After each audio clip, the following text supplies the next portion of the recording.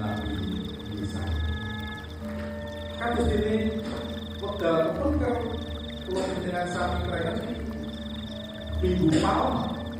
Sekali pun Gusti Yesus ke arah rumah itu Yerusalem.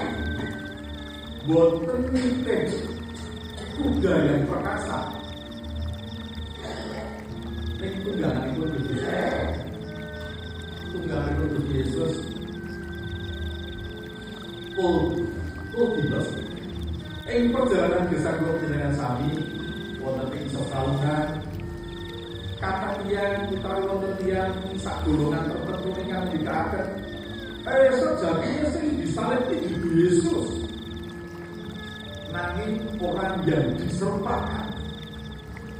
Lah siapa itu yang diserupakan? Wonten sing nyadari Judas, wonten sing nyadari Simon dari dirinya, wonten sing nyadari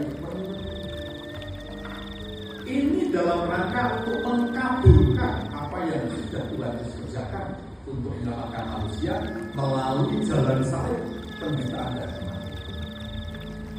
Lajeng yang itu, maupun kita harus sekalian tinggal dari mana.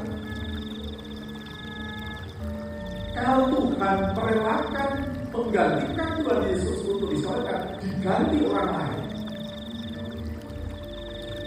ini Allah apa menjadi apa? Mau menjatuhkan, mau membunuh orang lain demi menyelamatkan Yesus. Kok tega-tega itu ya? Jawaban itu terpaparkan dengan kesaksian ingkang saged kula panjenengan pitaken pirsani lan maos wonten ing ayat-ayat ingkang kapiten kita waca. Wonten ing kitab Nabi Yesaya ingkang gegirisi kalanipun Gusti Yesus kedah nanggan sengsara sedo sinare.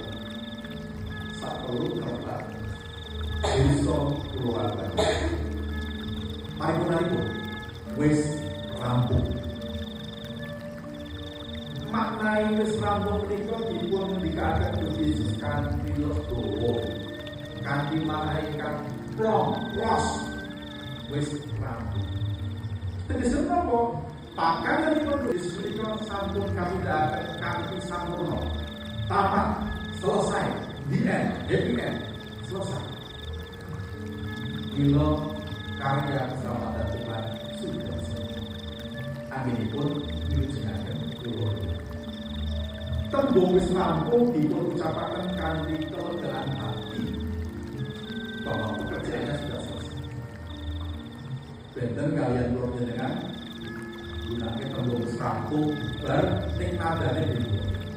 Sebab gegesan kali panjenengan. Menika kacepeni antos kebutuhan Yosua, kacepeni antos kasih jalan lan katunaken iman kapisados itu dan pulau pendengar dan anak. Sebab semakin banyak orang yang diselamatkan, generasi pulau pendengar dan generasi anak. Gusti Yesus